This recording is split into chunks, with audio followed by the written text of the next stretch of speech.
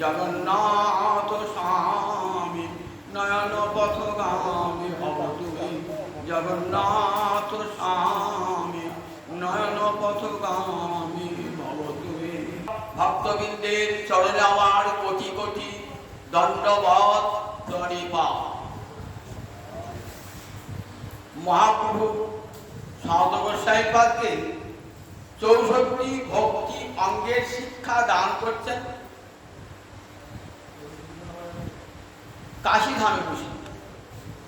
সেখানে সবশেষে বললেন 5টি অঙ্গ যাজন করলে কৃষ্ণ প্রেম লাভ হবে। কি কি 5টি অঙ্গ? সাধু সঙ্গ, নাম কীর্তন, ভাগবত শ্রবণ, মথুরা বাস, শ্রীমূর্তির শ্রদ্ধায় শ্রবণ, সকল সাধন শ্রেষ্ঠ এই পঞ্চ অঙ্গ। কৃষ্ণ প্রেম জন্মায় এই 5 অল্প সঙ্গ। বলেন মুক্তি নয়, মুক্তিরও উপরে যে কৃষ্ণ প্রেম, অর্থাৎ মুক্ত জনেরাও যা বাঞ্ছা করে, এই কৃষ্ণ প্রেম কারা বাঞ্ছা করে? যারা মুক্ত হয়ে গেছে তারাও চায় কৃষ্ণ প্রেম।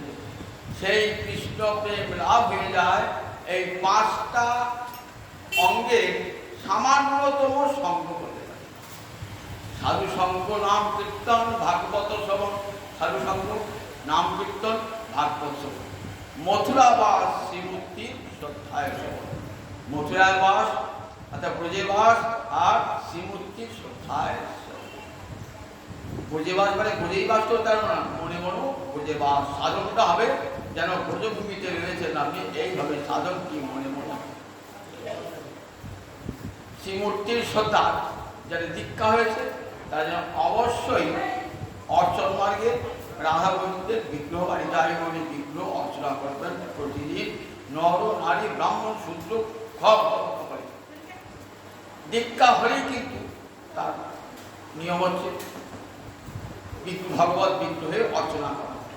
দেখবেন আমাদের শ্রী গোসাইপাদ তার ক্রম সন্দর্ভ ঠিকায় বললেন, দীক্ষিত ব্যক্তি যদি কৃষ্ণ অর্চনা না করে তাহলে তার নরক গমন হয়।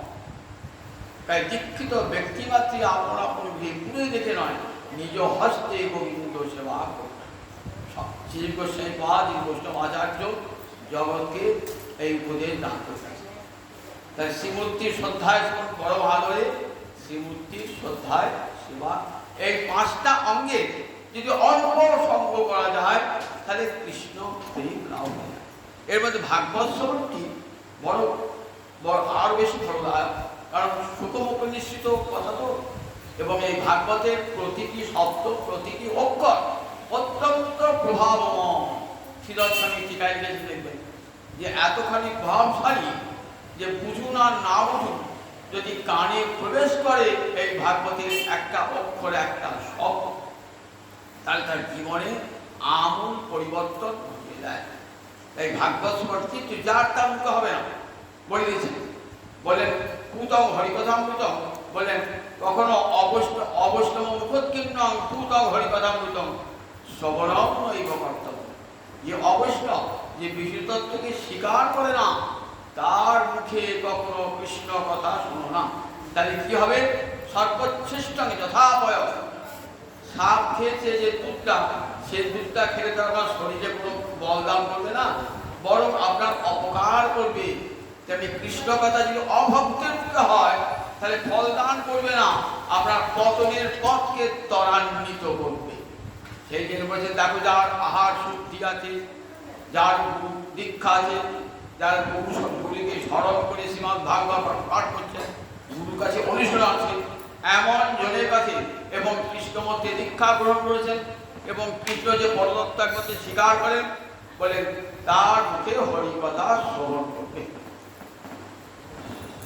ভাগবত শ্রবণ সমস্ত শ্রবণের মধ্যে ভাগবত শ্রবণ অত্যন্ত শক্তিশালী ভাবশালী। সেই শ্রীমদ্ ভাগবতী একাদশ স্কন্ধে সুখদেব শোনাচ্ছেন ভগবত উদ্ধব সংবাদ।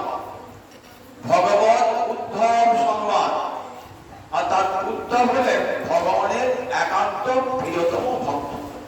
জগতের যত যত ভক্ত আছে এই ভক্ত কক্ষায় আমরা দেখি উদ্ধব দিয়ে অনেক উঁচুতে উদ্ধব। উদ্ধবের পরে ব্রজগোপীরা বা ব্রজবাসীরা, এই জগতে উদ্ধব পর্যন্ত সর্বশ্রেষ্ঠ ভক্ত। ব্রজের আগে পর্যন্ত উদ্ধবই সর্বশ্রেষ্ঠ ভক্ত। যেটা বলেছেন তেমন কৃষ্ণাং প্রবলমন্ত্রী কৃষ্ণস্য দ্বৈত সখা শিষ্য বৃহস্পতি সাক্ষাৎ উদ্ধব বুদ্ধি সত্তম।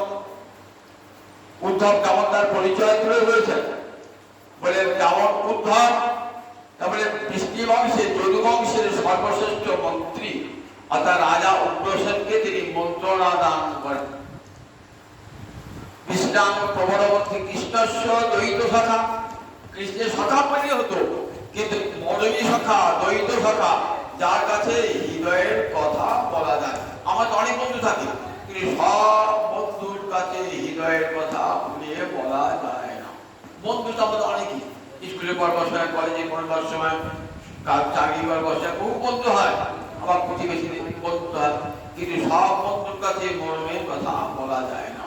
যারা দ্বৈত সখা, উদ্ধব একমাত্র দ্বৈত সখা। যখন দেখুন উদ্ধবকে বৃন্দাবনে পাঠাচ্ছেন না, আর তখন তাই উদ্ধবকে একবার নিভৃত কক্ষে নিয়ে গিয়ে বুঝি নয়ন ছড়ো ছড়ো, তখন উদ্ধব বুঝে যাও উদ্ধব বুঝে গিয়ে আমার মা যশোদা পিতানন্দ গোবিন্দ গোবিন্দের সংবাদ দিয়ে এ কথা আর কাউকে বলা যায় না। তাই উদ্ধব এত মরমী সখা, কৃষ্ণস্য দ্বৈত সখা শিষ্য বৃহস্পতি সাক্ষাৎ, আমার জ্ঞানী বুদ্ধিতে সাক্ষাৎ বৃহস্পতির শিষ্য। উদ্ধবের সমান কেউ নাই। সেই উদ্ধব বলছেন প্রভু তুমি তো চলে যাবে, এবার গোবিন্দ লীলা প্রকট করবে, তুমি তো চলে যাবে প্রভু, তা এইবার আমি কোথায় যাব, কোথায় আশ্রয় গ্রহণ করবো? তা বলে দেখো আমি চলে গেলেও আমি ভাগবতের মধ্যেই রয়ে গেলাম, ভাগবতের মধ্যেই রয়ে গেলাম। যার যখনই ভাগবত ঘট হচ্ছে তখনই আমার সান্নিধ্য লাভ করতে পারবে। আর উদ্ধব বলছেন গোবিন্দ তোমাকে কেমন করে পাওয়া যায়? জ্ঞানে পাওয়া যাবে, যোগে পাওয়া যাবে, তপস্যায় পাওয়া যাবে, বেদ পাঠে পাওয়া যাবে, যাগযজ্ঞে পাওয়া যাবে? বল ঠাকুর কোন উপায় অবলম্বন করে তোমার কাছে যাওয়া যায়, তোমাকে পাওয়া যায়? জ্ঞানে, ভক্তিতে, জ্ঞানে, যোগেতে, তপস্যায়, বেদ পাঠে, যাগযজ্ঞে, নাকি ভক্তিতে করতে বলো? তখন ভগবান উদ্ধবকে বলছেন দেখো উদ্ধব, দেখো ভক্তাহম একয়া গ্রাহ্য সত্যাত্মা প্রিয় সদা ভক্তি গুণাতি মন্নিষ্ঠা সব বাগান অপি সম্ভবা। ভক্তাহম একয়া গ্রাহ্য, ভক্তি শব্দের তৃতীয়ার এক বচনে ভক্তা, তার বেশন কি একা, একা শব্দটি তৃতীয় বচনে একয়া।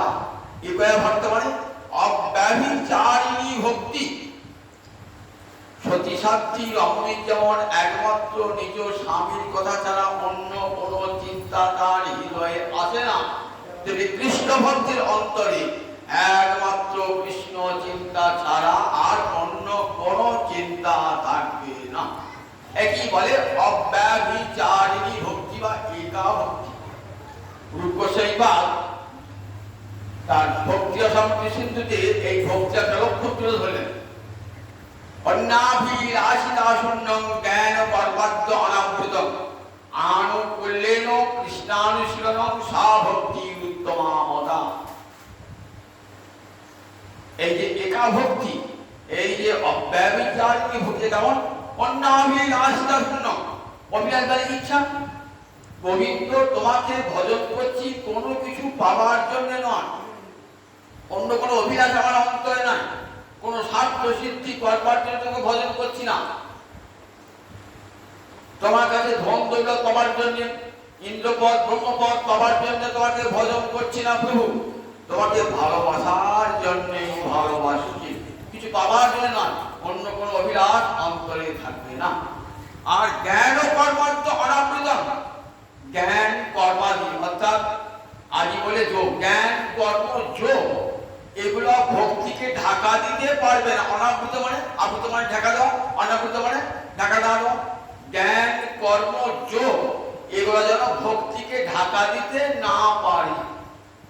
এটা অর্থ কি হলো বলেন? দেখো অনেকে জ্ঞান কর্ম যোগ সাধনা করেন, তো সেখানে ভক্তি একটা আছে, সে ভক্তিটা কেমন না, ঢাকা দেওয়া ভক্তি। ভক্তি সেখানে গৌণ অপ্রধান। তারপরে এমন ভক্তি না হয় যেখানে ভক্তি ঢাকা দেওয়া জ্ঞান কর্ম যোগে, তারা জ্ঞান সাধন করে, ভক্তি কখনো কোনো মুক্তি প্রাপ্তি সহায়ক করে ভক্তি অবিরাজি করে। যারা যোগ সাধন করছেন তারা দেখবেন কৃষ্ণ ভজন করে, কি জন্যে? তার মুক্তি পাওয়ার জন্য কৃষ্ণ ভজন করে। বলেন এদের ভক্তিটা গৌণ অপ্রধান। তাহলে ভক্তি যেখানে গৌণ অপ্রধান, জ্ঞান কর্ম যোগের দ্বারা ঢাকা, সে ভক্তি কখনো উত্তমা ভক্তি হবে না। যে ভক্তির অধীনে জ্ঞান বৈরাগ্য থাকবে, ভক্তি একমাত্র সর্বে সর্বা হবে। অন্নাভিলাষ শূন্যম জ্ঞান ও কর্মাদ্য অনাবৃতম আনুকূল্যের কৃষ্ণানুশীলন, আর অনুকূল ভাবে কৃষ্ণানুশীলন। অনুকূল ভাবে মানে যা কৃষ্ণের প্রীতিকারক তেমনি করে কৃষ্ণ ভজন করতে হবে।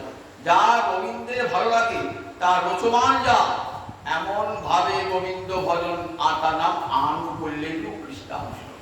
সা ভক্তি উত্তমা মাতা, এই ভক্তিকে উত্তমা ভক্তি।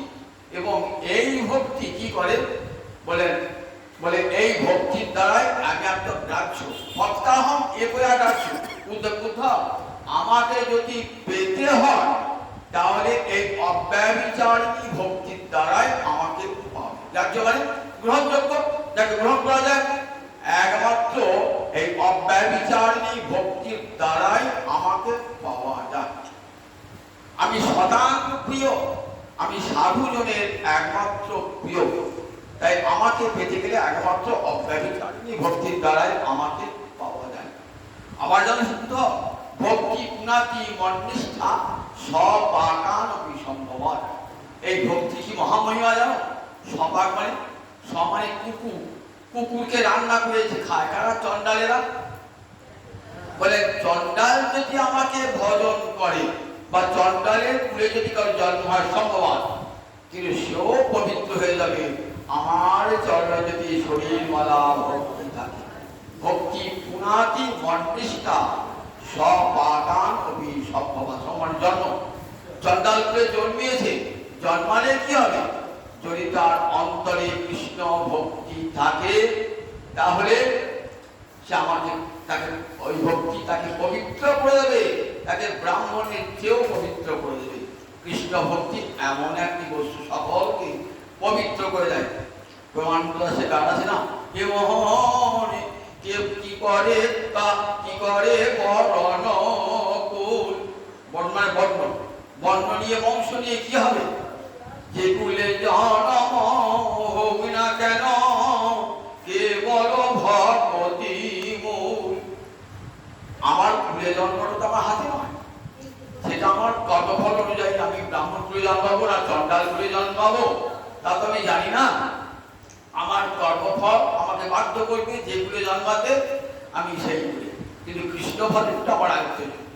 তারপরে আমার যে কুলে জন্ম হোক না কেন কেবল ভগবতী মূল। কপি কুলে জন্মি বীর হনুমান শ্রীরাম ভগত রায়। আবার রাক্ষস হইয়া বিভীষণ বৈশে ঈশ্বর সভার মায়। বানর, হনুমান তো বানর কুলে বৎসু করে জন্মায় নাই, কিন্তু আজ হনুমান ভক্তরা রাম মন্দির প্রবেশ করতে গেলে আগে হনুমানকে প্রণাম জানিয়ে তবে রাম মন্দির প্রবেশ করতে হয়। হনুমানের কাছে রাম ভক্তি চাইতে হয়। হনুমান চালিসা ঘরে ঘরে পাঠ করি, যাদের রাম সীতার প্রতি আমাদের ভক্তি জন্মান।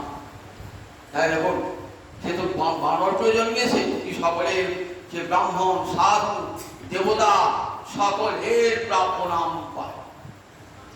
রাক্ষস হইয়া বিভীষণ বৈশে ঈশ্বর সবার মাছ। বিভীষণ তো রাক্ষস, তার রাক্ষস মানুষের কাছেই বসতে পারে না, দেবতার গায়ে গা ঠেকে বসেছে। কখন বলুন দেখি?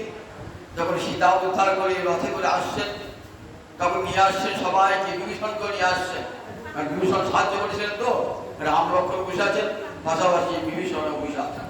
রাক্ষস হইয়া বিভীষণ বৈশে ঈশ্বর সভার মাছ। একই আসনে বসে আছেন, রাম লক্ষ্মণের পাশে বিভীষণ বসে আছেন। দেখেছেন তো? অসুর প্রিয় জন্মগ্রহণ বিভীষণ কি ভাবে, তাই এমন কি করে বর্ণনকুল বলে বর্ণ নিয়ে কি হবে, বংশ নিয়ে কি হবে, হরিভক্তি হলো সকল কিছু। এখন তাই বলছে উদ্ধার উদ্ধব ভক্তি গুণাতি মননিষ্ঠা সব আকানতি সম্ভবান। যদি চণ্ডাল বলেও কেউ জন্মায়, সে যদি আমাকে ভজন করে তাহলে সেও পবিত্র হয়ে যায়, সে ব্রাহ্মণের সেও পবিত্র হয়ে। চণ্ডালপি দ্বিজশ্রেষ্ঠ হরিভক্তি পরায়ণ।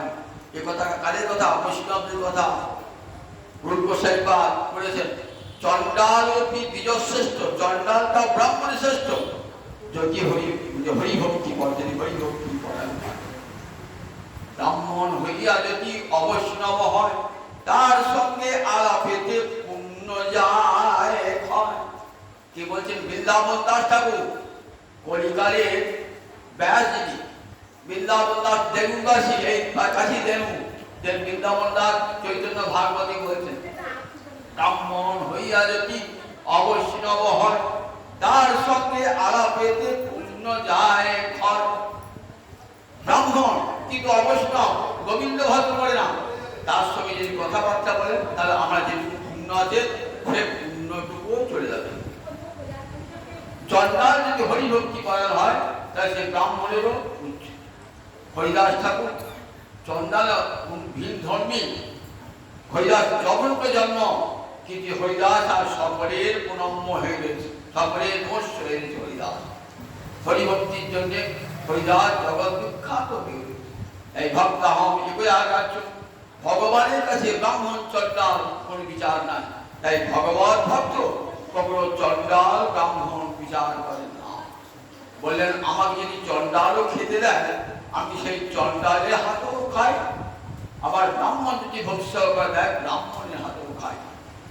পত্র পুষ্পক ফলমিত আমি জমে ভক্তা পূজচ্যতি তদহং ভক্তুপহিতং অস্নামি পূজতাত্মন। পত্র পুষ্প ফল জল, গীতার নবম অধ্যায়ে শ্লোকটি আছে, ভাগবতের দশম স্কন্ধে শ্লোকটি আছে। একবার এই একই শ্লোক গীতাও আছে, ভাগবত। পত্র পুষ্প ফলমিত, পত্র পুষ্প ফল এবং জল যোগে ভক্তা পূজচ্যতি, যে আমাকে ভক্তি সহকারে দান করে। প্রকৃষ্ট প্রদচ্ছতি বললাম, প্রদচ্ছতি প্রকৃষ্ট রূপে মনে ভক্তি নিয়ে আদর নিয়ে সোহাগ করে, অনুরাগ ভরে যদি কেউ দান করে চোখের জলে ভাসতে ভাসতে বলে কি করি, সেই ভক্তের দেওয়া উপহার অস্নামি আমি ভোজন করি। সংস্কৃত অর্থ ভোজন করা। তদং ভক্তুপহিতম, ভক্তাযুক্ত উপহিতম সন্ধি বদ্ধ বলে হয় ভক্তুপহিতম।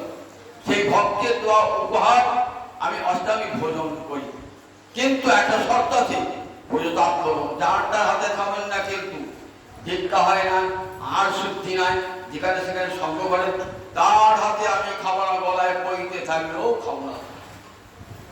পূজতাত্মা মানে প্রকৃষ্টদের চিত্ততা আমাতেই গিয়েছে, আর কোথাও যায় না। পূজতাত্মা পুজো এই কথাই ভালো করে লক্ষ্য রাখতে হবে। কিন্তু একেবারে জমে ভক্তা, যে কেউ আমাকে দান করবে, কিন্তু যে কেউ বলে তাকে ভীষণ জড়িয়ে দিয়েছেন। পূজতাত্মা চিত্তটি আমাতে নিষ্ঠা যুক্ত থাকতে হবে। আমাতে যদি নিষ্ঠা যুক্ত হবে তাহলে তার দেওয়া ফল জল আমি খাই, পাতা ফল খাই।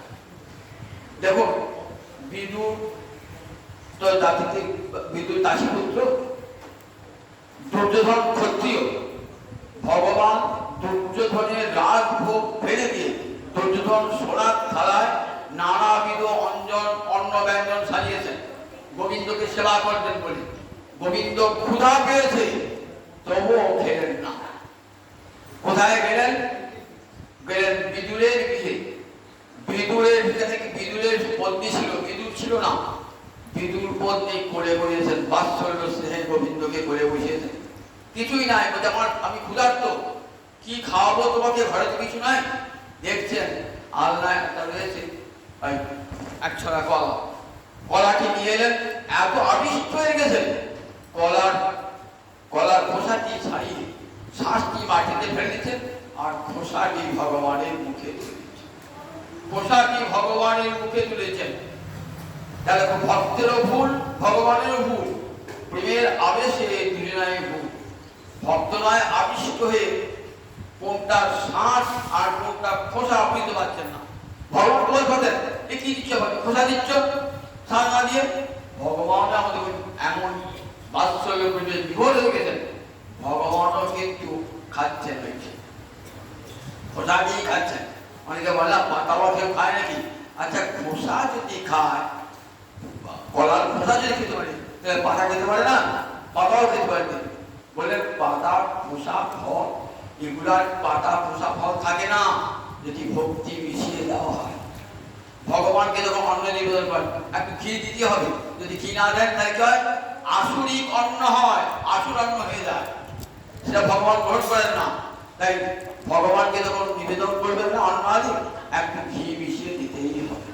বলে ঠিক তেমনি ভগবানকে যখন নিবেদন করেন, ভক্তি চন্দন মিশিয়ে দেবেন। বলে তাহলে কি হবে? ভগবান সেটি পরমানন্দে গ্রহণ করবেন। শুধু বিদুর, দেখুন বিদুর শুধু ওই দাপর যুগে খাওয়ার নাই, কলিযুগে আবার বিদুর এসেছেন। কলিযুগে বিদুর এসেছেন কোথায়? জগন্নাথের যেখানে মন্দির স্বর্গদ্বার, সেখান থেকে একদম দূরে এক ভিক্ষুক দরিদ্রের বেশে সেখানে কি করছেন, ছোট্ট কুটির নির্মাণ করে বিদুর কি করেন না, বিদুর ওই পিঠা খাইয়েছেন তো ভগবানকে, সেই পিঠা দুধের পিঠা খাইয়েছেন, এখানেও সেই পিঠে তৈরি করছেন। আর জগন্নাথ বিগ্রহ যে বাড়িতে আছে বসত করছেন, পিঠে খাওয়াচ্ছেন। জগন্নাথ মন্দিরের সেবকেরা কি করেন, ঠাকুর যখন ভোগ তৈরি হয়ে যায় না, ভোগ তো মন্দিরে তোলানো হয় না, ওই ভোগ মন্দিরে নিবেদন করেন যখন হাতে জল নিয়ে তাকিয়ে দেখেন জগন্নাথের মূর্তিটা জলের মধ্যে দেখা যাচ্ছে। যদি দেখা যায় তাহলে এই জলটা ফুটে ফেলবে। তা কয়েকদিন লক্ষ্য করছেন যে কিছু আজ না দেখা যান না, তাহলে ভোগটা নষ্ট হয়ে যাবে, আপনার ছোট ভোগ আনতে হবে। পরপর কয়েকদিন হলো দেখি হাতের জলে, হাতের গরুষে জলে জল নিয়েছেন, তাতে জগন্নাথের মূর্তি ভেসে উঠছে জগন্নাথ। তখন পরপর 3-4 দিন হলো, রাজা খবরটা পেলেন যে আচ্ছা ভগবান তাহলে এই 3-4 দিন উপবাস আছে, কেন হচ্ছে, আসছেন না কেন? খোঁজ নাও, রাজা লোক পাঠালেন খোঁজ নাও। তখন মুলুক দাস বলে এক বড় বৈষ্ণব ছিলেন, তিনি জগন্নাথের প্রসাদ ছাড়া কিছুই গ্রহণ করতেন না। তাই জগন্নাথের ভোগ আনে বলে তিনিও 3-4 দিন উপবাস আছেন। তখন তিনি লক্ষ্য রাখছেন কেন জগন্নাথ খান না। একদিন দেখছেন বলরাম জগন্নাথ সুভদ্রা হেঁটে চলে যাচ্ছে কোথায়, ওই স্বর্গদ্বারের কাছে বিদুর চটি, ওইখানে বিদুর ভোগ লাগাচ্ছে, ওইখানে গিয়ে বলরাম জগন্নাথ সুভদ্রা পিঠে খাচ্ছে। এসে মুলুকদাস খবর দিলেন যে জগন্নাথ পিঠে খেতে কাটে যেন ওই দরিদ্র ভিক্ষুকটার পিঠে জগন্নাথের ভোগ লাগায়, ওর পিঠে তৈরি করে, ওর পিঠে খাবার জন্য জগন্নাথ বলরাম সুভদ্রা মন্দির থেকে বেরিয়ে যায়। আমি সাক্ষাৎ নিজ চোখে দেখেছি। তখন রাজা বলে ঠিক আছে, রাজা যখন দেখতে যাবেন তখন যে শূন্য মন্দির গুলাতে আর বিদুর নাই। রাজা সেই থেকে নিয়ম করলেন যে জগন্নাথের ভোগ হবে, যখন না জগন্নাথের ভোগের শেষে জগন্নাথের পিঠে দেওয়া হবে। আজও জগন্নাথের ভোগের তাই পিঠে দেওয়া হয়, ওই বিদুরের পিঠে খেয়েছিলেন বলে আজও জগন্নাথের ভোগে পিঠে দেওয়া হয়। তাই দেখুন একটা দরিদ্র ভিক্ষুক সে ভগবানকে ডাকছে, প্রভু আমি তোমার জন্য ভিক্ষা করে 2টো চালের গুঁড়ি নিয়ে এসে তোমার জন্য পিঠে তৈরি করেছি, তুমি কি বা করে সেই গ্রহণ করো।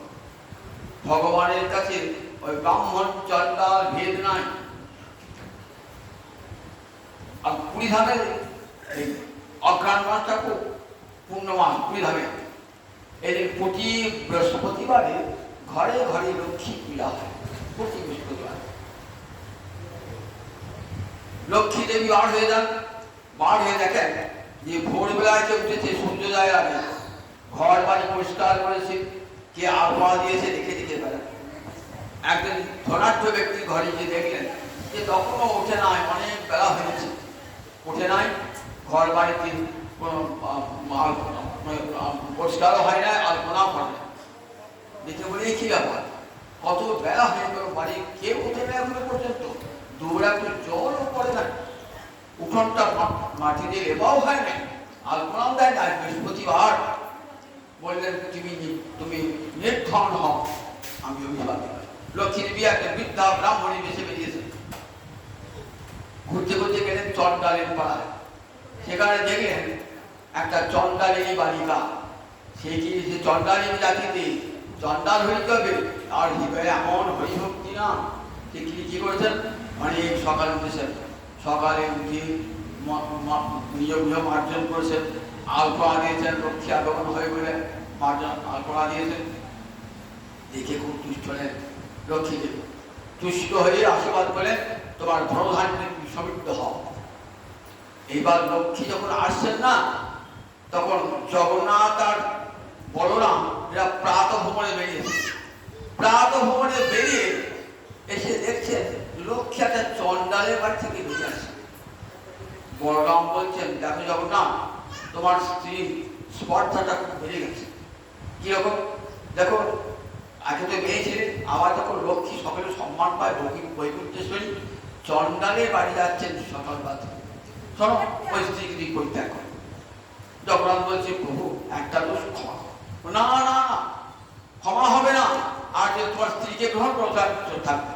কি করবে বড় দাদা? বললেন ঠিক আছে। লক্ষ্মী ফিরে এলেন, বলে লক্ষ্মী তোমার আর এই মন্দিরে থাকা হবে না, তুমি চন্ডালে বাড়ি গিয়েছিলে, তোমার বাড়ি থাকা হবে না। বেশ, তাহলে আমি যাচ্ছি, তোমাদের কিন্তু উপাসে থাকতে হবে। বলে বেশ, উপাসী থাকি উপায়। চলে গেছেন, লক্ষ্মী বাড়ি থেকে চলে গেছেন। শুধু একাই যান নাই, তার সহচরীগণকে সঙ্গে নিয়ে চলে গেছে। অনেকটা বেলা হলো, ঘুরে গেছেন।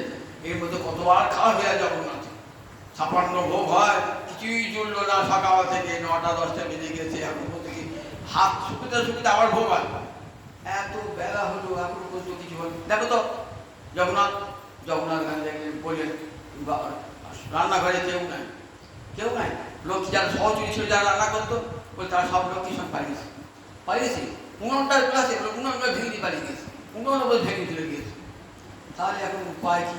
বেলা 12টা বাজ চললো, এখনো পর্যন্ত আহারে জোগাড় হলো না, উনুন ভাঙা। তাহলে কি করা যায়? তবে চল দেখি কোথাও আহার মেলে কিনা। দুই ভাইরা বেরিয়ে পড়েছে, জগন্নাথ আর বলরাম বেরিয়ে পড়েছে। ঘুরতে খুব জল তেষ্টা পেয়েছে।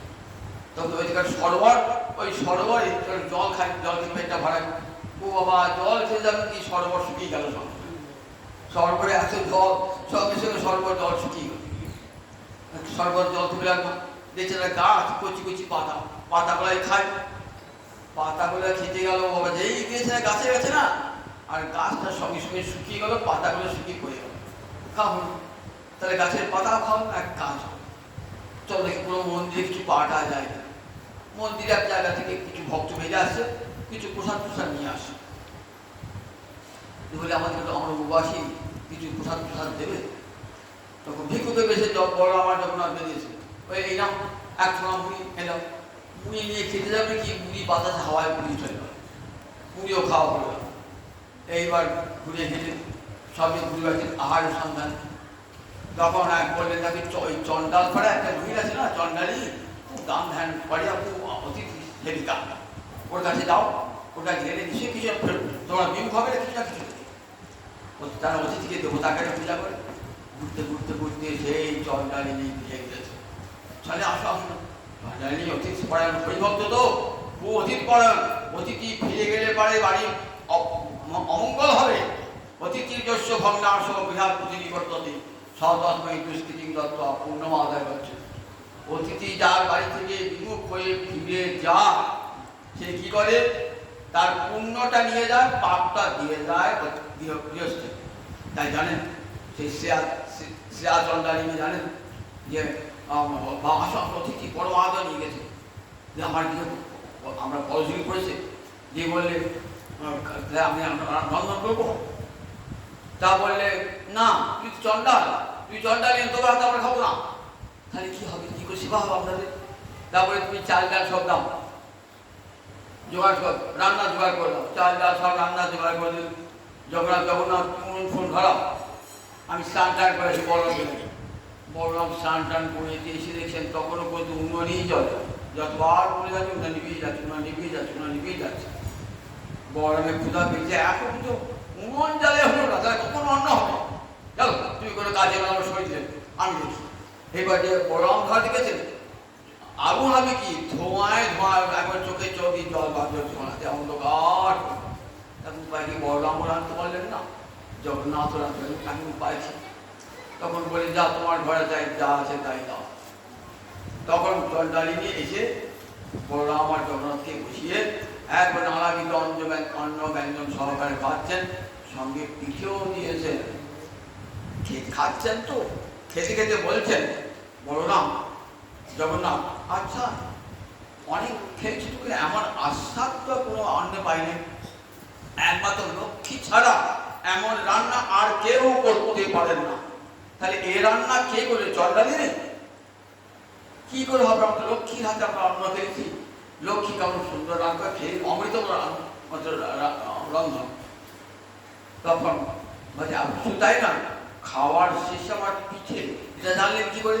খাওয়ার শেষে আমরা পিঠে খাই, এটাকে জানলেন? তখন বলা বলছে শোনো জগন্নাথ, মনে হয় তোমার স্ত্রী এখানে এসেছেন, দেখো আমি তো ভাসু, আমার থেকে কিছু বলার ঠিক না, তুমি গিয়ে জোয়াত করে ক্ষমা চেয়ে নাও। তখন দাদার কথা শুনে জগন্নাথকে গিয়েছেন লক্ষ্মীর কাছে। তখন লক্ষ্মী আসল বেশে দেখা গিয়েছে, দেখা দিয়ে বলছেন আমি যেতে পারি ফিরে, একটা শর্তে, যে আমার প্রসাদে ব্রাহ্মণ চন্ডাল ভেদ থাকবে না। ভগবান সবার গৃহে যাবেন, ব্রাহ্মণের ঘরে যাবেন, চন্ডালের ঘরে যাবেন, যারই গৃহে হরিভক্তি তারই গৃহে যাবেন। এই যে শর্ত দাও, তাহলে আমি বলেন ঠিক আছে, ঠিক শর্ত। আর দেখো আমার গমনে বাধিত হবে না, আমার যেখানে আমি চন্ডালে গৃহে যেতে মনে হয় চন্ডালে গৃহেই যাবো, আবার যদি ব্রাহ্মণে গৃহে যেতে মনে হয় ব্রাহ্মণে গৃহে যাবো, আমার আমার আমার এই গমনাগমনে কোনো বাধা সৃষ্টি করবে না। যখন কথা আবার লক্ষ্মী ফিরে এলেন, ফিরে এসে আবার যথার্থী ভোজন অন্নাদি রন্ধন করতে লাগলেন। জগৎকে দেখালেন ভগবান, যে ভিক্ষুকে বেশে গেলেন, দেখা দেখাচ্ছেন ভগবান ঐশ্বর্যশালী হয়েও আবার ভিক্ষুকে বেশে ঘুরে ঘুরে বেড়াচ্ছেন অন্যের জন্য, ভক্তের দুয়ারে অন্ন প্রার্থনা করছেন।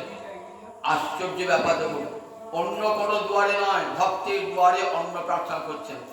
আবার যখন জগৎকে দেখালেন দেখো ব্রাহ্মণ চন্ডাল, প্রসাদের ক্ষেত্রে ব্রাহ্মণ চন্ডালের কোনো পার্থক্য নাই। বলেন আজ পর্যন্ত দেখবেন পুরী ধামেতে ব্রাহ্মণের পাশে চন্ডাল বসে এক আসনে খাচ্ছে, ব্রাহ্মণের পাশে চন্ডাল বসেছে, চন্ডাল বসে এক আসনে খাচ্ছে, ব্রাহ্মণ আর চন্ডাল। এটা একমাত্র পুরী ধামে দেখা যায়, সেখানে ব্রাহ্মণদের আলাদা শাড়ি আর চন্ডালদের আলাদা শাড়ি নাই, একই পঙ্ক্তি ভোজন হবে, একই পঙ্ক্তি ভোজন। যেমন আমার নিতাই চাঁদ দণ্ড মহোৎসবের দিন ব্রাহ্মণ আর চন্ডালকে পাশাপাশি বসিয়েছিলেন, ব্রাহ্মণ যেখানে খাবে চন্ডালও। কোনো অভিমান নিয়ে প্রসাদ গ্রহণ করতে শোনা, জানবে আমার পরম ভাগ্য, আজ আমি গোবিন্দের অধরামৃত পাচ্ছি। গোবিন্দের অধরামৃত কত কত বড় একবার দেখুন, আমরা দেখি যে গোবিন্দের অধরামৃত, গোবিন্দের প্রসাদ, মহাপ্রসাদ, তার কত মহামহিমা। দেবর্ষি নারদ বৈকুণ্ঠে গিয়েছেন, বৈকুণ্ঠে গিয়ে দেখছেন প্রতিদিন জানতো যে নারায়ণের ভোজনের পর লক্ষ্মী প্রসাদের থালাটি দিয়ে চলে যায়। তখন মনে ভাবছে আমি তো এতদিন বৈকুণ্ঠে আসি, একদিনও কিন্তু মহাপ্রসাদ পেলাম না, আমাকে এত এত অনুগ্রহ করেছেন, কিবা করেছেন, কিন্তু একটু প্রসাদ আমাকে একদিন তো দিলেন না। নারদের কাছে বলছেন নারদ আচ্ছা প্রভু, আমার একটা নিবেদন আছে। কি নিবেদন? তা বললে, আমি তো এই বৈকুণ্ঠে প্রতিদিন আসি, প্রভু আমাকে একটু অধামৃত দাও না। তা বলে, ওটা আমার অধীনে নয়, আমার ভোজনের পর লক্ষ্মীর অধিকারে চলে যায়। তুমি যদি লক্ষ্মীকে প্রসন্ন করতে পারো, তাহলে লক্ষ্মীর কাছ থেকে এই প্রসাদ নিয়ে এসো। লক্ষ্মীর কাছে কি করে যাবেন? নারদ তো পুরুষ মানুষ, লক্ষ্মীর সেবা কেমন করে করবে? তবে ঠাকুর, আমি কি করে সেবা করব? বললেন, আমি তোমাকে নারী দেহ দান করছি। নারদ নারী দেহ প্রাপ্ত হয়ে সেবা করতে হয় লক্ষ্মী, খুব সেবা করে লক্ষ্মীকে তুষ্ট করতে। লক্ষ্মী বলে, তুই কি চাস? তা বললেন, আমি কৃষ্ণের অধামৃত চাই। বললেন, ঠিক আছে, কৃষ্ণের অধামৃত সামান্য কণা প্রসাদের কণিকা দান করলেন। কত দুর্লভ বস্তু এই পদ কৃষ্ণের অধামৃত। এই আনন্দের সীমা নাই। নারদ নৃত্য করতে করতে আসছেন। কোথায়? প্রথমেই নারদ তার বন্ধু কৈলাসে মহাদেবের কাছে এসেছেন। মহাদেব বলছেন, আজ এত আনন্দ কিসের গো? তা বললে, জানো না, আমি আজ গোবিন্দের অধামৃত হয়েছি। যে অধামৃত বড় দুর্লভ, ব্রহ্মাদির দুর্লভ, সেই অধামৃত আমি পেয়েছি লক্ষ্মী দেবীর সেবা করে। এত আমার অধামৃত আমাকে দিলে না? আমি তোমার অভিন্ন হৃদয় বন্ধু, আমাকে দিলে না? তা বলে, প্রসাদ পেয়ে না প্রাপ্তি মাত্র ভক্তব্য শাস্ত্রে পড়েছে। প্রসাদ পাওয়ার সঙ্গে সঙ্গে কে থাকলো বাড়িতে, কে বেরো না, এটা চিন্তা না করে সঙ্গে সঙ্গে বলেছেন, প্রাপ্তি মাত্রেণ ভক্তব্য শুষ্কং পটিশিতং বাপি নিতং বা দূরদেশত প্রাপ্তি মাত্রেণ ভক্তব্যং নাত্র কাম বিচারণা। বললেন, প্রসাদ যদি শুকিয়ে যায়, দূর দেশ থেকে আনা হয়, বাসি পচা যদি হয়, তবুও অন্য কোনো লোকে নিয়ে আসে, অব্রাহ্মণ বা অশুচি অপবিত্র ব্যক্তি নিয়ে আসে, তথাপি প্রাপ্তি মাত্রেণ ভক্তব্যং, পাওয়ার সঙ্গে সঙ্গে ভোজন করবি। আমি সেই শাস্ত্রের নির্দেশ বাণী শুনে আমি সঙ্গে সঙ্গে প্রসাদ ভোজন করছি। আমার কাছে তো আর প্রসাদ নাই। তারপরে তার কাছে প্রসাদ নাই, তাহলে আমাকে তুমি দিলে না, কিরম বন্ধু? তখন দাদা দেখি নখের কোণে একটু প্রসাদে কণিকা লেগে আছে। সেই কি শিব কি বলে, মুখ দিয়ে সে আমার কিছু প্রসাদ পেয়ে নৃত্য করতে, দুজনই সে প্রসাদে কণিকা পেয়ে নৃত্য করতে আরম্ভ করেছেন। দুজনে কি নৃত্য করছেন? পার্বতী এসেছেন। পার্বতী এসে বলছেন যে, এত আনন্দ আর পর্যন্ত দুজনে কিসে? তাহলে, জানো অর্ধাঙ্গিনী, জানো পার্বতী, আজ আমাকে নারদ দুর্লভ বস্তু দান করেছে। বললেন, কিসের দুর্লভ বস্তু? নারায়ণের অধরামৃত। তা বললেন, মহাদেবকে বলছি, মহাদেব, আমি তো তোমার অর্ধাঙ্গিনী, শুধু অর্ধেক মালিক, যা তুমি আনবে তার অর্ধেক মালিক আমি তো অর্ধাঙ্গিনী। তাহলে তুমি আমাকে অর্ধেক দিলে না? তা বলছি, জানো আমার খেয়াল ছিল না, যে সামান্য কড়া মুখে করে গেছিল, সেইটি আমি খেয়েছি, তোমাকে একটু ভুলে গেছি। অভিমান হয়ে গেল পার্বতী। বলেন, ঠিক আছে, আমাকে প্রসাদ থেকে বঞ্চিত করলে তো, আমি কলিযুগে এই নারায়ণকে নিয়ে আসবো। আর এই প্রসাদ কি করবো জানো? বলে, এই প্রসাদ শুধু শুধু মানুষ নয়, মনুষ্যেতর প্রাণী পর্যন্ত এই প্রসাদ ভোজন করবে। ব্রাহ্মণী চণ্ডালে কোনো ভেদ থাকবে না। দেখবেন এখনো পুরীধামে গিয়ে বিমলা দেবী আছেন। যখন জগন্নাথের ভোগ হওয়ার পর সেই প্রসাদ চলে যায় বিমলা দেবীর কাছে, আর একটা প্রসাদ চলে যায় ভুবনেশ্বরী মহাদেবীর কাছে, চলে যায় প্রসাদ। দেখবেন বিমলা দেবী অভিমান করে মুক্তি ঘুরিয়ে বসে আছে। এই যে কেন? মানে শিব তাকে প্রসাদ দেয় নাই তো, এমন প্রসাদ আনবো যেন সবাই, ব্রাহ্মণ চন্দ্রাল থেকে আরম্ভ করে কুকুর পর্যন্ত, নর্দমার কৃমিকীট পর্যন্ত যাতে জগন্নাথের প্রসাদ পেতে পারে। তাই পার্বতীর করুণায় আমরা জগন্নাথ দেবের প্রসাদ সর্বত্র পাই, জগন্নাথের প্রসাদ। তাই দেখুন, মহাপ্রসাদের এত মহামহিমা, মহাপ্রসাদের আজও কিন্তু সেই মহাপ্রসাদের মহিমা আছে।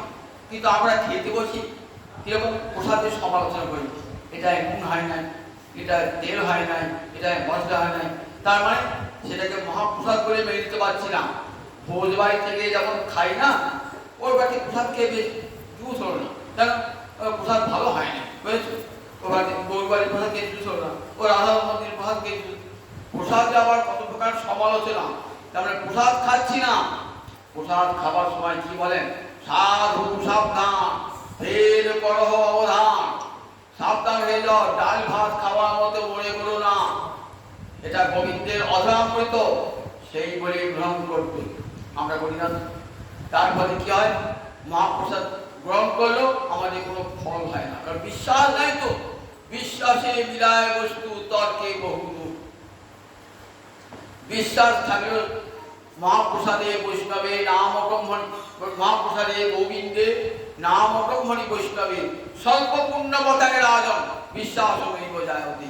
পদ্মপুরাণে ঋষি বলছেন দেখো, গোবিন্দে নাম ব্রহ্মণী প্রসাদে এবং বৈষ্ণবে যাদের পুণ্য সামান্য, তারা বিশ্বাস করতে পারে না। মহাপ্রসাদে গোবিন্দে নাম ব্রহ্মণী বৈষ্ণবে স্বল্প পুণ্যবতাঙ্গের আয়োজন বিশ্বাস নৈব জায়তে। আজও সেই মহাপ্রসাদ, সেই কৃষ্ণের অধরামৃত আছে, সেখানে কি হয়? প্রসাদ গ্রহণ করলে কি হয় বলে? কৃষ্ণের অধরামৃত কেমন? কৃষ্ণ গুণ সুচরিত সুধা সাহারে সাধু বিনিন্দন। কৃষ্ণের অধরামৃত কৃষ্ণ গুণ সুচরিত সুধা সাহারে সাধু বিনিন্দন। সুধাসা অর্থাৎ অমৃতের যার স্বাদ, তাকেও নিন্দা করে গোবিন্দের অধরামৃত, নিন্দা করে। সেই কৃষ্ণের অধরামৃত বলেন আমরা পান করো কি ভোজন করো, আমরা বিশ্বাস রাখতে পারি না, বিশ্বাসও, কারণ আমাদের পুণ্য অল্প তো পুণ্য নাই, তাই স্বল্প পুণ্যবতারের আয়োজন। পুণ্য মানে এখানে ভক্তি, ভক্তি সংস্কার নাই আমাদের হৃদয়ে, তাই প্রসাদকে প্রসাদ বলে মনে হয় না। প্রসাদকে আমরা ভোজ বলেই গ্রহণ করি, কাজে প্রসাদ গ্রহণ করলে আয়ু বৃদ্ধি প্রাপ্ত হয়, সত্যগুণ বৃদ্ধি প্রাপ্ত হয়, বুদ্ধি মেধা ভক্তি বৃদ্ধি প্রাপ্ত হয়। এবং তো মহাপ্রসাদের গুণ, রোগবিহীন দেহ রোগবিহীন হয়, কিন্তু আমরা প্রসাদ খাচ্ছি, দেহ তো রোগবিহীন হচ্ছে না। গোবিন্দে ভক্তি জন্মাচ্ছে না, প্রসাদ খেলে গোবিন্দে মতি জন্মায়, কিন্তু গোবিন্দে মতি জন্মাচ্ছে না বলে আমরা মহাপ্রসাদকে মহাপ্রসাদ বলে গ্রহণ করি না। যদি করতাম মহাপ্রসাদকে মহাপ্রসাদ বলে বিশ্বাস আসতো আমাদের, তাহলে মহাপ্রসাদ আজও ফল দান করত। গোবিন্দের চরণামৃত, গোবিন্দের অধরামৃত সমান ফল দান করেন। গোবিন্দের চরণামৃত দিচ্ছেন তো অকাল মৃত্যু হরণম সর্বব্যাধি বিনাশন, অকাল মৃত্যু হরণ করে, সর্বব্যাধি দূর করে দেয় গোবিন্দের চরণামৃতে। কিন্তু আমাদের সে বিশ্বাসটা আজ নাই, আর বিশ্বাস না থাকলে ফল হয় না। একটা গল্প শোনায়, একবার একটা যোগেতে গঙ্গা স্নান হচ্ছে।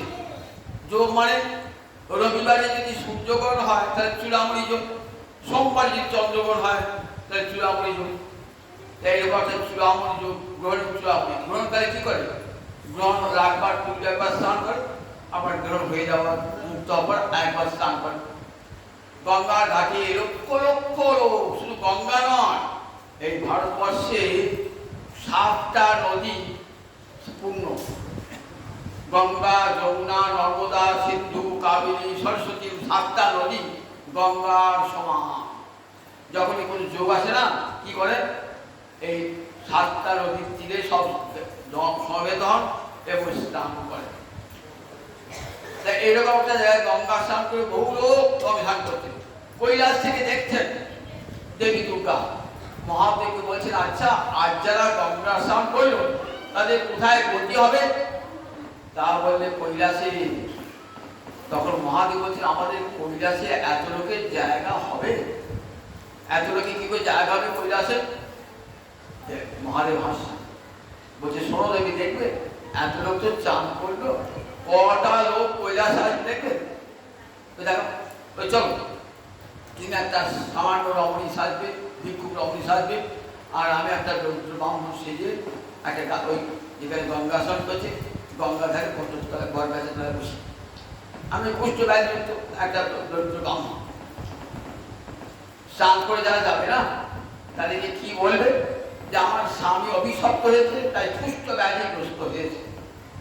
তা আমি যে ব্রাহ্মণ অভিশাপ দিয়েছিল সেই ব্রাহ্মণের চরণে ধরে ক্ষমা দিয়েছিল। তখন ব্রাহ্মণ বলেছিল, যদি কোনো গঙ্গা স্নাত ব্যক্তি তোমার স্বামীকে আলিঙ্গন দান করে, তাহলে তোমার স্বামীর দেহ রোগমুক্ত হবে। তা আমরা তো গঙ্গা স্নান করেছেন, একবার আমার স্বামীকে একটু আলিঙ্গন দান করুন না, বলে আমাদের কুষ্ঠ হয়ে যাবে, ওই গরিব কুষ্ঠ, ওই কুড়ি লাগবে, রক্ত লাগবে। তা বলছে না, ব্রাহ্মণ বলেছেন যে আলিঙ্গন দান করবে তার কুষ্ঠ ব্যাধি বলা যেন কুষ্ঠব্যাধি হয়ে তোমার কথায় বিশ্বাস করে সবাই যাচ্ছেন, কেউ আর দিচ্ছেন, কেউ আর আলিঙ্গন দিচ্ছেন। একটা মাতাল চান করেছে, সে মাতাল তো বলতো ভাই, কিন্তু সে মনটা দেখা করে গঙ্গা জলের মতন পবিত্র। মনটা মাতাল হলে কি হবে, মনটা করে গঙ্গা জলের মতন পবিত্র। যে ভাবছে মদকে কত পাপ করছি, আজ গঙ্গা স্নান করে আমি পবিত্র হয়ে গেলাম। পিছনে আসছে তার গণিকার অবনীতে, জানো এতদিনে আমি শুদ্ধ হলাম, আমার সব পাপ মা গঙ্গা ধুয়ে দিয়েছেন। জানো গঙ্গার মহিমায় কি বলা আছে, গঙ্গায় যে স্নান করে তার সব পাপ ধুয়ে মুছে যায়, আমার সব পাপ ঠিক গেছে, আর আমার কোনো পাপ নাই। এটি সে মনে বিচার করেছে, এসেছে ঠিক বটগাছটায় দাঁড়িয়েছে, যে দাঁড়িয়েছে না, আর অমনি সেই ব্রাহ্মণপতি বলছেন, আমার স্বামীকে একটু আলিঙ্গন দেবে, আমার স্বামী কুষ্ঠব্যাধি কুষ্ঠ। মাথাটা একটু ভাবছে দু একবার, যে কুষ্ঠব্যাধি এমন একটি ব্যাধি, যদি স্পর্শ দোষে আমার কুষ্ঠব্যাধি হয়ে যায়, তো বলেন তোমার কুষ্ঠব্যাধি হবে না, আমাকে ব্রাহ্মণ বলেছে। আর পিছনে যে গরিবাটি আসে না, তার মনেও খুব দয়া মায়া, কেউ তো অনেক পাপটা করেছে, তাই তার মনে অনেক দয়া মায়া। সে স্নান করে বলছে, দেখো তুমি যে স্নান করে পবিত্র হয়েছো, তোমার সব পাপ ধুয়ে বসে গেছে, সুতরাং তোমার কোনো পাপ হবে না। কিংবা আলিঙ্গন চাইছে, আলিঙ্গন দাও, দেবো, হ্যাঁ আলিঙ্গন দাও। সরল বিশ্বাসী যেই আলিঙ্গন দান করলেন না, সঙ্গে সঙ্গে মহাদেব আর পার্বতী একবার ছদ্মবেশ দূর করে আসল স্বরূপে দেখলেন মহাদেব আর পার্বতী দাঁড়িয়ে আছে। তখন বলেন, দেখো আজকে এত লোক গঙ্গাসন করলে এই দুটি লোক মাত্র যাবে আর কৈলাসে, এই মাতাল আর এই মাতালের সঙ্গে যে গণিকাটি আছে, এদের অন্তরে দৃঢ় বিশ্বাস আমাদের সব পাপ ধুয়ে মুছে গেছে, তাই এরা যায়। তাই এবার এই মহাপ্রসাদ, মহাপ্রসাদে গোবিন্দের নাম ব্রহ্মণী বৈষ্ণবে স্বল্প পুণ্যমতাকে আদর বিশ্বাস হয়ে যায়। আমাদের বিশ্বাস নাই, কৃষ্ণের অধামৃত কৃষ্ণগুণ সুচরিত সুধাসার সাধুবিনিন্দ, সেই মহাপ্রসাদ জগন্নাথের মহাপ্রসাদ। স্বয়ং লক্ষ্মী দেবী বললেন, আমার এই মহাপ্রসাদের বিচার নাই, আমার চণ্ডাল ব্রাহ্মণ একত্রে বসে, নইলে মহাপ্রসাদের অবমাননা হবে। যদি বলে আমি ব্রাহ্মণ উঁচু জায়গায় বসে খাবো, উঁচু জায়গায় বসে খাবো, তাহলে মহাপ্রসাদের অবমাননা হয়। মহাপ্রসাদে সবার সমান অধিকার মহাপ্রসাদে। এবং দেখুন ভগবান দেখালেন জগৎকে, দেখো ভগবানের কাছে ব্রাহ্মণ চণ্ডাল বলে কোনো পার্থক্য নাই। ব্রাহ্মণ এবার চণ্ডাল হোক, হরিভক্তি তাকে সমান। এই যে সমান আদর্শ আমরা শুনেছিলাম, জীবনে প্রত্যক্ষ পেলাম কখন, আমার গৌর হরিয়া নিতাই চাঁদ জগতে যখন প্রকট হবে। তার জগৎকে দেখালেন, ব্রাহ্মণে চণ্ডালে করে বোলা বলি, কবে বা ছিল রঙ্গ। ব্রাহ্মণের চণ্ডালে আরো কত কত অবতার এসেছে, ব্রাহ্মণকে চণ্ডালের পাশে, ব্রাহ্মণকে নাচতে গেছেন, ব্রাহ্মণের পাশে চণ্ডালকে নাচতে গেছেন। ব্রাহ্মণের যজ্ঞে চণ্ডালের অধিকার নাই, ব্রাহ্মণের যাগযজ্ঞে চণ্ডালের অধিকার নাই। ব্রাহ্মণের দরজারা, ব্রাহ্মণ ছাড়া অন্য জাতি সে যজ্ঞ ভূমিতে প্রবেশ করতে পারে না। আর নাম যজ্ঞ এমন একটি যজ্ঞ, সে যজ্ঞে এক ব্রাহ্মণের পাশে এক চণ্ডাল, সেও গলায় মালা দিয়ে খঞ্জনি বাজিয়ে হরিনাম করছে। কত বড় যজ্ঞ দেখুন, সার্বজনীন যজ্ঞ, সার্বভৌম যজ্ঞ, যেটা আমার মহাপ্রভুর অবদান। জীবে সম্মান দিবে জানি কৃষ্ণ অধিষ্ঠান, প্রতিটি জীবের হৃদয়ে কৃষ্ণ আছেন। এই জ্ঞানে যদি জীবকে সম্মান দান করেন, তবে আমার মহাপ্রভু নিতাই চাঁদকে ভালোবাসা হয়।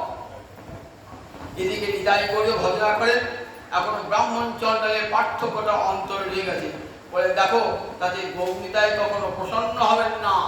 বলে দেখো তোমার মনে এখনো ভেদ আছে, আমার গৌর হরি এবং নিতাই চাঁদ অভেদদর্শী। কাউকে ভেদ করেন না। চণ্ডাল প্রতিটি জীবের ঘরে ঘরে যাইয়া হরিনাম মহামন্ত্র দিচ্ছেন বিলাইয়া। কাদের ঘরে আগে গেলেন তা চান? যারা চণ্ডাল অধম পতিত তাদেরকে দিলেন কৃষ্ণ নাম দুয়ারে দুয়ারে গিয়ে। নিতাই চাঁদের এত করুণা তাদের কাছে, তাদের হাতে ধরে পায়ে পড়ে বলছেন একবার কৃষ্ণ বলে রে, বলি একবার কৃষ্ণ বলে রে, তোদের হাতে ধরি পায়ে পড়ি একবার কৃষ্ণ বলে রে। এমনি করে চণ্ডাল প্রতিজীবের ঘরে ঘরে যাইয়া হরিনাম মহামন্ত্র দিচ্ছেন বিলাইয়া। হরিনাম মহামন্ত্র সকলকে, চণ্ডালকে আলিঙ্গন করেছেন, ব্রাহ্মণকে আলিঙ্গন করেছেন। দেবের বন্যা লইয়া নিতাই আইলা গৌর দেশে, ডুবিল ভক্তগণ দিনহীন ভাসে। এই যারা বাদ বিচার করেছে বলেন তারা গৌরহরি নিতাই চাঁদের চরণ হতে বঞ্চিত হয়েছে। গৌর নিতাইকে ভালোবাসলে সমস্ত জীবকে ভালোবাসতে হয়, কারো বিচার করতে নাই। বৈষ্ণব এটা পরমাদর্শ। বলেন ব্রাহ্মণ থেকে আরম্ভ চণ্ডাল পর্যন্ত সকলকে প্রণাম জানাবে, জীবে সম্মান দিবে জানি কি অনুষ্ঠান। সকলকে প্রণাম জানিয়ে বলবে আমার যেন হরিভক্তি লাভ হয়। হে ব্রাহ্মণ তোমার চরণ নমস্কার, হে চণ্ডাল তোমার চরণে নমস্কার। বৃন্দাবনে কৃষ্ণনাথ বাবা, জগন্নাথ বাবা, প্রাচীন মায়াপুরে, প্রাচীন ভজনপুরে জগন্নাথ বাবা ও বেতদের কাছ থেকে, মহাপুরুষ তো বেতরা খোঁচাতো, বেতদের কাছ থেকে খাবার নিয়ে গ্রহণ করত। তখন সবাই বৃন্দাবন পুজোবাসে সবাই বললেন যে আচ্ছা আমি এটা করেন কেন? এবার আপনি বৈষ্ণব সমাজের শিরোমণি, আপনি যদি এমন কাজ করেন লোকে তো নিন্দা করবে, আমাকে সেই নিন্দা শুনতে হবে। তা বলে বেশ সভা ডাকো, আমাকে যদি পরিচিত করে দেয় আমার আপত্তি নেই। সভা ডাকো, সমস্ত বৈষ্ণবেরা বলছেন যে আপনি ভোজন পূর্বণী, ভোজের সমস্ত বৈষ্ণবের শিরোমণি, আমি মেথরকে ফিরে দেওয়া অন্য সেখান থেকে অন্ন নিয়ে খাচ্ছেন। তা বললে সবাই ডেকেছে, বলে আচ্ছা তাহলে তোমরা বৃন্দাবনে কী করে বাস করছো? বৃন্দাবনে যারা মেথর তারা কি, যে সে মেথর নাকি তারা রাধারানীর চরণ ধরি ঝাঁট দিচ্ছেন, আবার সেই ঝাঁটা বুঝে নিচ্ছেন রাধারানীর চরণ ধরি। ওরা মুনি ঋষি কত ওই যা যাকে মেথর ভাবছে না, ওরা কত মুনি ঋষি এসেছেন বৃন্দাবনে, মেথর হয়ে এসেছেন। কত সৌভাগ্য দেখো যে গোপীপদ রেণু, যে রেণু গোবিন্দ বেঁধেছিল তার অঙ্গে আর ঝাঁট দিচ্ছেন, সেই ধুলো তাদের গায়ে লাগছে, তারা কত পবিত্র বড়। এতে যদি আমার পতিত হতে হয় সব বৈষ্ণব ফেল যে পুজো যারা মেথর, তারা মেথর নাকি? তারা তো মুনি ঋষি মেথর হয়ে এসেছেন এবং তাদের কত সৌভাগ্য যে চরণধুলি গোবিন্দ রেখেছেন অঙ্গে, সেই চরণধুলি ঝাঁট দিচ্ছেন, ঝাঁট দেওয়ার সময় নিজের অঙ্গে লেগে যাচ্ছে এই চরণধুলি।